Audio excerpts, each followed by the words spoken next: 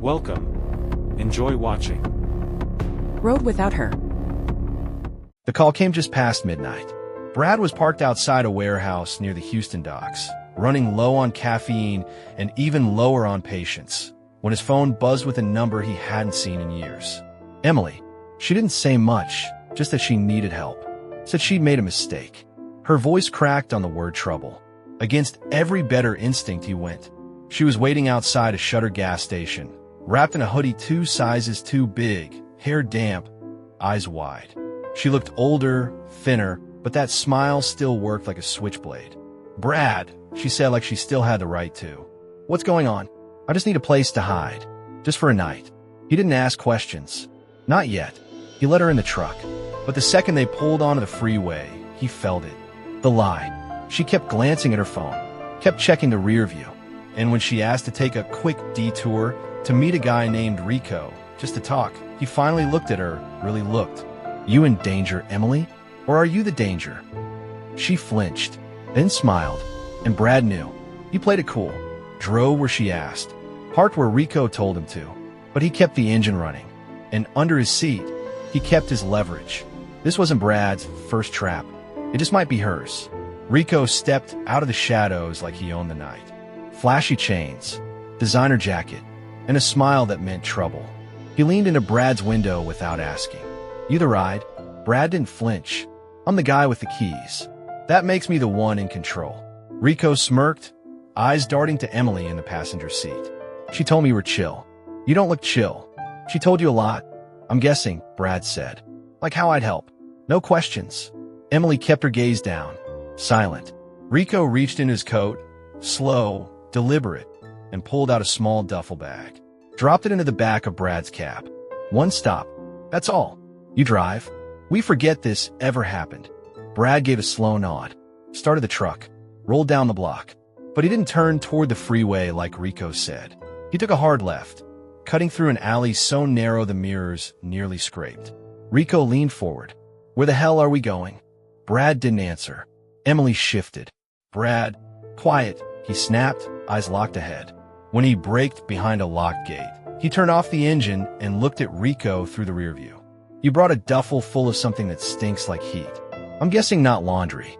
Rico reached again, but this time, Brad was faster. From under his seat, a flare gun. Bright orange. Ugly. Loud. "I don't call cops. I end problems. Pick one." The silence that followed wasn't peace. It was choice. Rico froze. His hand hovered near his jacket, but Brad didn't blink. That flare gun wasn't for bluffing, and Rico knew it. He glanced at Emily, expecting backup, but she was staring at the dashboard, as if she couldn't quite believe where this all landed.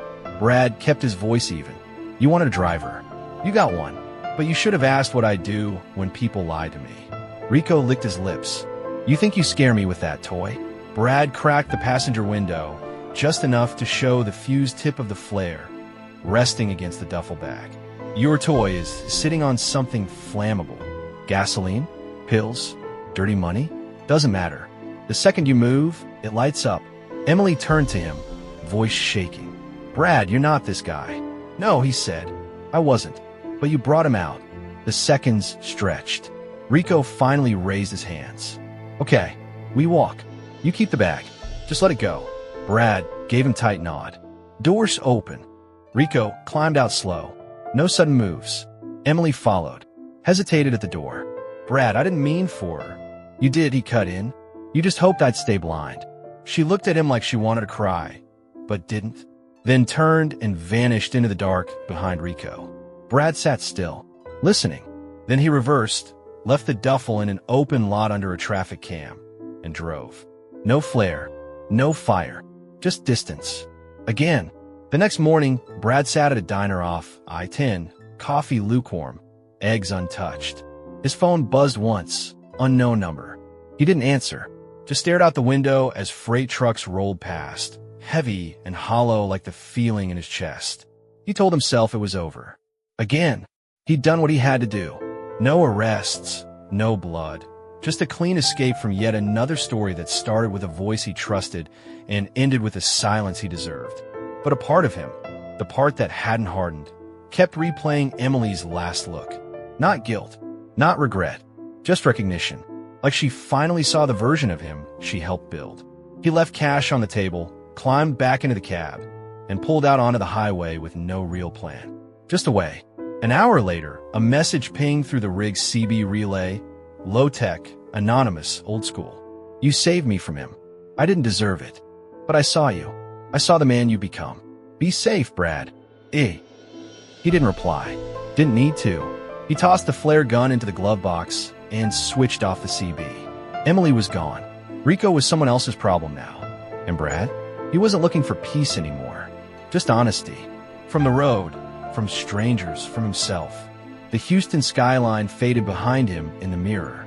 He didn't wave, didn't look back, just drove, straight into whatever came next. Days later, Brad found himself somewhere outside El Paso, parked under a bruised sky, waiting for the dust to settle. Inside him, mostly. He checked the locks, checked the mirrors. Routine kept the noise quiet. But that night, he couldn't sleep. Something about the way Emily said, "I saw you," had stuck in his chest like a nail. Because maybe that was the worst part. She had seen him, the real him, and still used him anyway. He reached into the glove box, pulled out the flare gun, stared at it, then shoved it deep beneath the seat and shut the compartment. He wasn't that man. Not really. Not yet. The next morning, a clerk at a gas station handed him a package. No return address, just his name scribbled across the tape. Inside, a cheap motel notepad folded 3 times. He ran. Because of you. That night you lit up something bigger than fire. No name, no signature, just a drawing of a flare. And a single line. Don't lose yourself trying to protect what's already gone. Brad crushed the note in his fist. But he didn't throw it away. Instead, he opened the rig's window and let the wind take it, piece by piece, until the words were scattered across the desert. He shifted into gear, pushed forward, not to chase anyone, not to prove anything, just to be a man who could be seen and still be left standing. And somewhere behind him, Houston burned quietly to ash. 2 weeks later, Brad passed through Baton Rouge under a low, gray sky.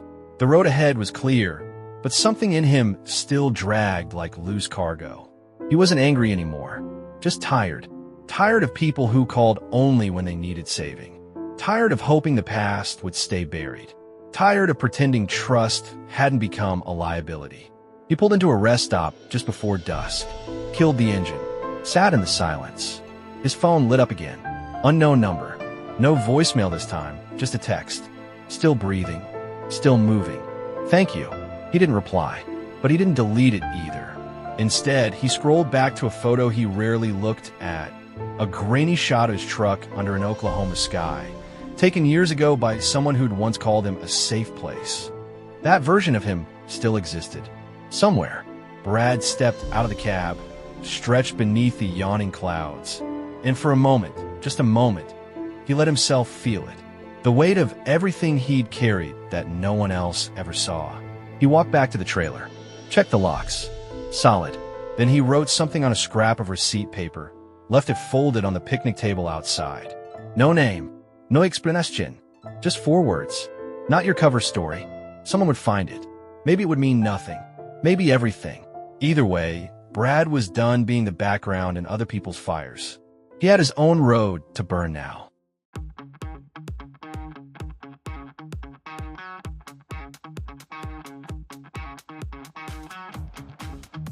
Road without her.